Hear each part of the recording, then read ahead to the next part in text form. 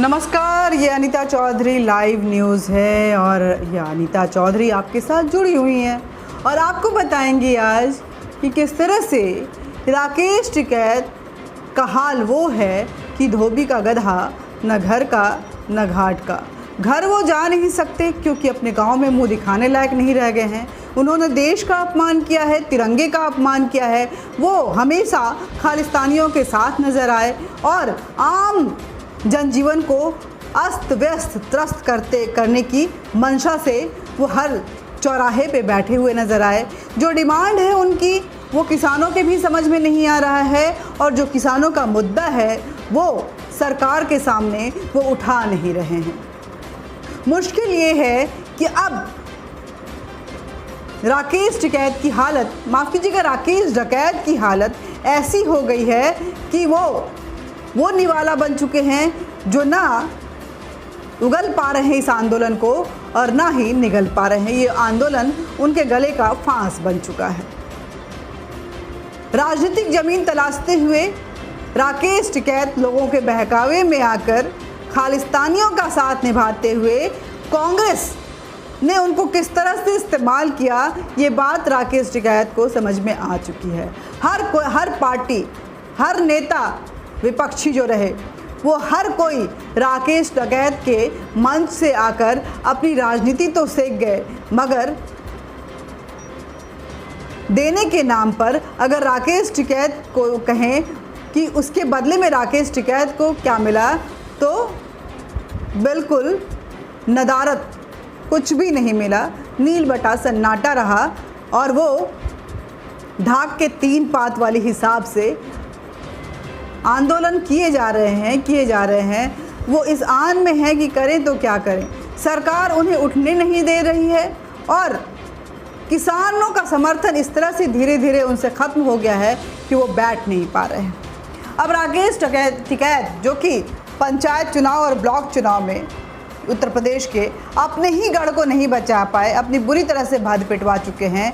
पंचायत चुनाव में उन्हें सिर्फ 4 वोट मिले, शायद उनके परिवार वालों के होंगे, और ब्लॉक चुनाव में तो नील बटा सन्नाटा रहे। तो ऐसे में राकेश टिकैत एक बार फिर अपनी आवाज़ बुलंद कर रहे हैं। वो बोल रहे हैं सितंबर के महीने फिर एक रणनीति बनाई जाएगी, सरकार के खिलाफ हम मोर्चा खोलेंगे। ये आंदोलन ख़त्म नहीं होगा। ये आंदोलन जब तक बिल वापसी नहीं होगी तब तक ख़त्म नहीं हो रहा होगा। उनको पता है कि बिल तो वापस होना नहीं है और इसके साथ ही उन्होंने कह दिया है कि अब किसान चुनाव नहीं लड़ेंगे बल्कि वोट पे चोट करेंगे। तो अब तक राकेश टिकैत आप क्या कर रहे थे? यही तो कर रहे थे। पश्चिम बंगाल, तमिलनाडु घूम घूम के, जहाँ के किसान आपके समर्थन में एक भी नहीं दिखे, न तमिलनाडु के किसान आपके साथ आए, न बंगाल के किसान आपके साथ दिखे, मगर आप घूम घूम के वोट पे चोट कर रहे थे। आगे भी करेंगे, ये सबको पता है कि आप इसी मंशा से वहाँ बैठे हुए हैं और वहाँ बैठने के लिए आपको भारी भरकम पैसे भी मिल रहे हैं।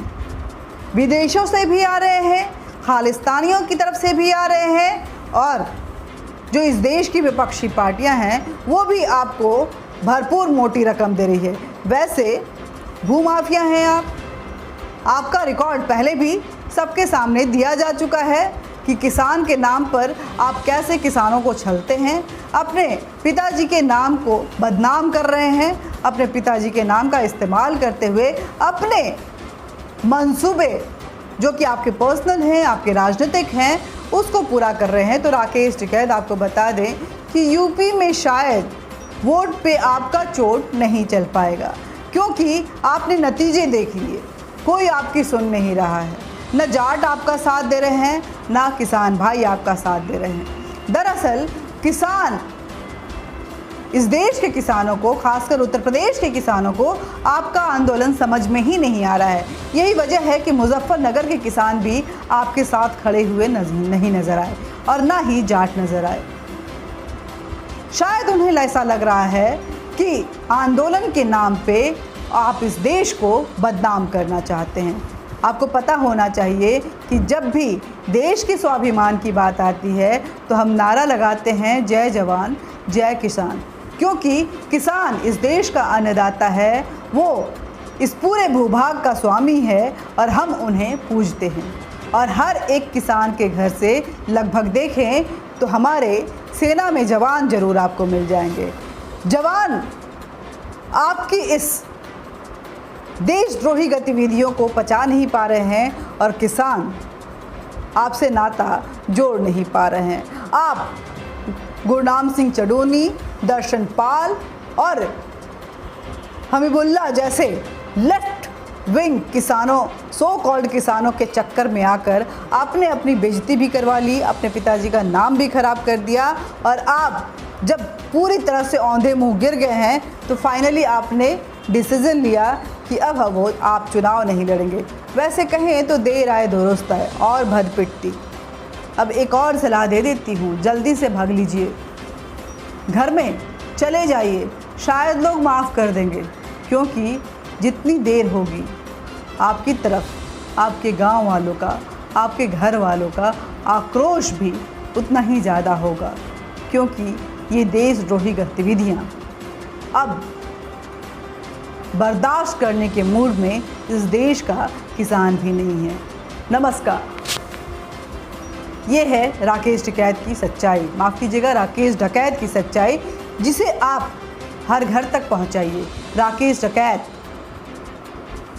वो बुरी तरह से दिमाग से खाली हो चुका है। उसे अपने महत्वाकांक्षाओं के आगे कुछ भी नहीं सूझ रहा और अब उसकी महत्वाकांक्षाएं ही उसके फ्रस्ट्रेशन का कारण बन गई हैं। अब वो दिवालियापन की तरफ बढ़ रहा है। दिमागी तौर से वो कमज़ोर हो चुका है और इस कमज़ोरी, दिमागी जहनी पागलपन की वजह से, दिवालियापन की वजह से वो अनाप शनाप बके जा रहा है। आप उसकी बातों पे ध्यान ना दें।